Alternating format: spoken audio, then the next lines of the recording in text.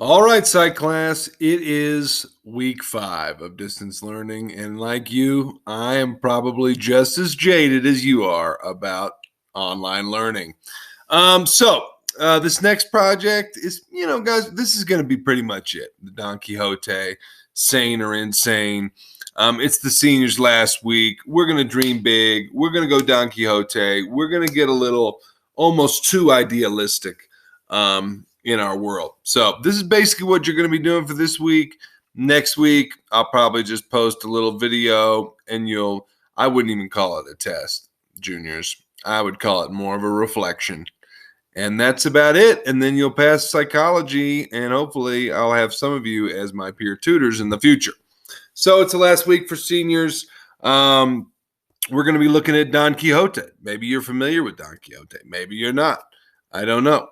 But really the content that we're learning this week is about this idea of sanity versus insanity. And what does that mean? So I'm going to kind of be talking about like what that really is. So why Don Quixote?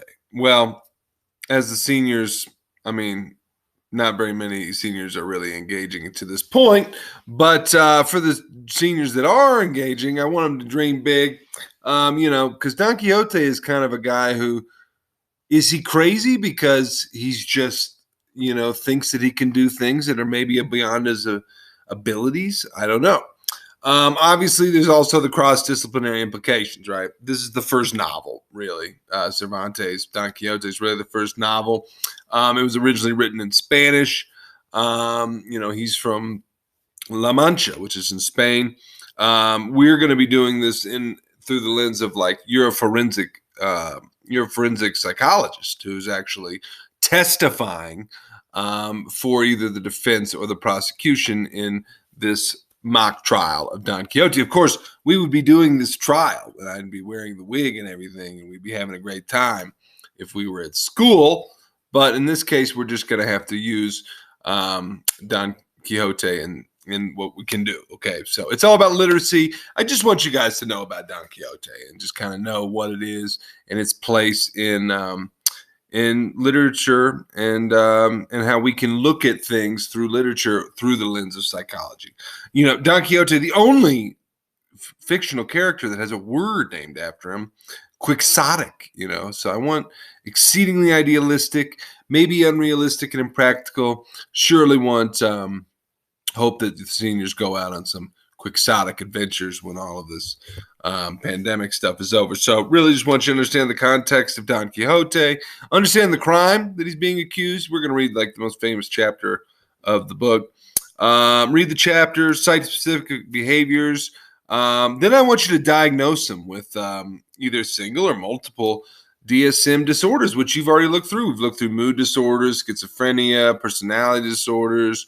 Guys, we've really gone through a lot of stuff. So you have a pretty good overview of the DSM already. So you should be looking at what the behaviors of Don Quixote and going, well, that's a little delusional disorder.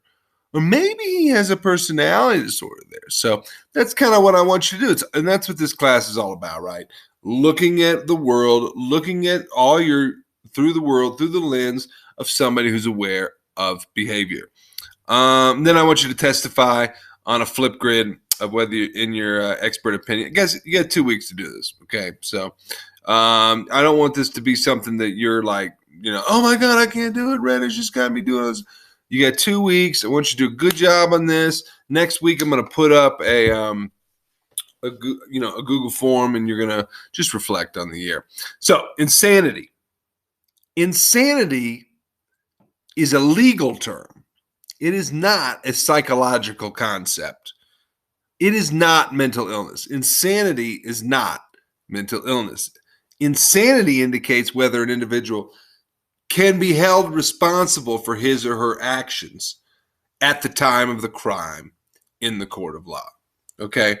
Most psychological orders are nonviolent, but sometimes these violent things happen with these violent people, and they say, I don't even remember doing it. I have amnesia, or I didn't know what I was doing was wrong, I was crazy. The insanity plea, right? Insanity is different than the competency to stand trial. You give an insanity plea when you've already been deemed competent to stand trial. Some people are claiming that they're so crazy they can't even do that. And in that case, they basically take them to they put them into a mental hospital until they're deemed to be competent, and then they can be tried. So if they are deemed incompetent, there is no trial, there is no conviction or acquittal. They just go to a mental health hospital. So yeah, that's what I just said there. So yeah. Until 1972, defendants found incompetent to stand trial often end up being institutionalized automatically and indefinitely. Okay, so there's some. This is just something that you guys can be thinking about. Like, yeah, this is illegal stuff. Like, right? Daniel McNaughton. So Daniel McNaughton was he was like a Scottish woodcutter who tried to kill the Prime Minister of Scotland, but accidentally killed the secretary to him, Sir Robert Peel. And so then he said that he was nuts, and he was deemed not guilty by reason of insanity. In other words, he did not know what he was doing was wrong at the time. So that's the McNaughton rule, is what they call that, right? It's that he didn't understand what was going on at the time. Let's go through a couple of cases. Obviously, it's just such a bummer we're not in class, because we should be like getting into this stuff. I know that you guys are super into the crime aspects of psychology, and we should be talking about this stuff. So I just want to kind of go through some. Obviously, Son of Sam, David Berkowitz, in New York, he killed 6 people, 7 injured. Basically, just said that barking his neighbor's dog was telling him to do it, and he eventually made a confession, said it was him. And but he did not. He pled guilty. He did not actually go with the insanity. Some people say. John Wayne Gacy, he was like the he was arrested in December 1978, suspected of being involved in the disappearance of a 15-year-old boy, and they found 30 kids' bodies in the crawl space beneath his home. Some of his victims managed to escape, and his trial, they testified that Gacy had lured the high school students in and male prostitutes to his home, where he would rape and torture them. He admitted to the killings, pled insanity, but the jury rejected the plea. Gacy was convicted, sentenced to death. He was killed in 1994. Probably not a nice guy. John Hinckley. Now, this is somebody who actually did get off. So this is one of the big cases of somebody who did plead it and actually is now in St. Elizabeth's Hospital for the Criminally Insane in Washington, D.C. So he tried to kill Ronald Reagan. He ended up shooting a Secret Service agent, a Washington police officer, and the press secretary, James Brady, who actually was paralyzed. He claimed that he was trying to impress Jodie Foster, with whom he was infatuated. Jodie Foster, of course, from Silence of the Lambs, a really good psychological thriller if you haven't seen that one. So it's arguably the most influential insanity case because they acquitted him of 13 assault, murder, and weapons counts, finding him not guilty by reason of insanity. Kenneth Bianchi, this is the Hillside Strangler. He eventually pled guilty, but originally he said that it wasn't him and that he was insane. So he was another example. I don't have to go through all these. Jeffrey Dahmer, he killed 15 young men. He mutilated, cannibalized the bodies found in his Milwaukee apartment. He had sex with the corpses, and some of his victims attempted to perform crude lobotomies on others while they were still alive, and stored body parts in his refrigerator to be eaten later. He admitted to the killings, pled not guilty by reason of insanity. Plea was rejected. They found him to be legally sane at the time of the murders. 15 consecutive life sentences without parole. Yeah, he was actually killed by another inmate in 1994. So, Jeffrey Dahmer, yes, surely in the category of abnormal psychology, right? And John DuPont, you guys can see this, the movie Foxcatcher. This was like a super rich guy who was into wrestling and stuff, and he ended up killing, I'm pretty sure he killed David Schultz, who was like a wrestler on the estate. So really crazy. There's a movie about it with Steve Carell. Super nuts. The jury rejected his insanity defense.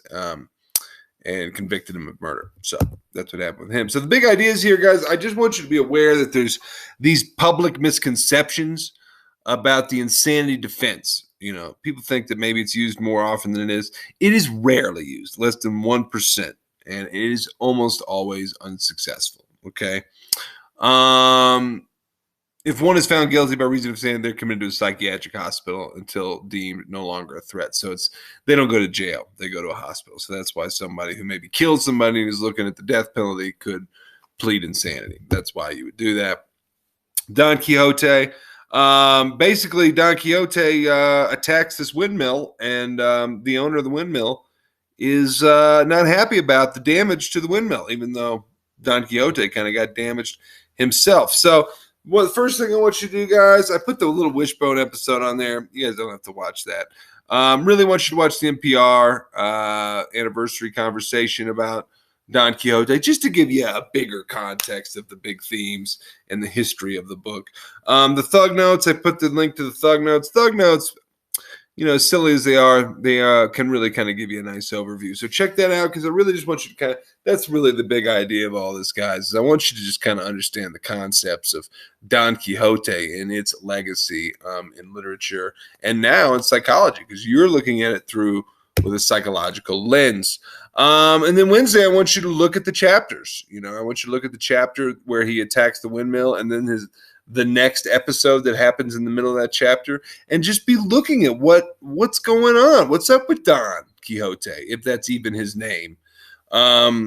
Personality disorder, schizophrenia, delusional disorder, guys. Look at the DSM. You guys know what to do. I'm trying to see if you guys have learned something throughout all this, I want you to decide whether you're going to say that he is sane or insane. And then if you want, guys, you can look at some Spark Notes, maybe look at some other chapters. That's not really required. I know that it's just not the same when we're in distance learning. So more than anything is I want you to read the chapter where the crime happens, kind of look at his behaviors and be able to diagnose him, and then make a professional suggestion of whether he's sane or insane. Friday, guys, I'm going to put it on Flipgrid, and I'll put up a little Flipgrid video for you. It's due next Friday. It's really due by the 29th when I get the final grades in, and do want a little reflection to see how we can make the class better and things like that. But other than that, seniors, I'm going to miss you guys. Class of 2020, I'm so sorry that this happened to you guys. It is such a bummer, but I know that you guys will make it through, and the truth is, I know that most of you guys have bigger things ahead than a high school diploma. So good luck to all you guys and juniors. We'll see you next week for a quick reflection, and then you guys are on for the summer. So miss you guys. Hope to see you in the hallways next year.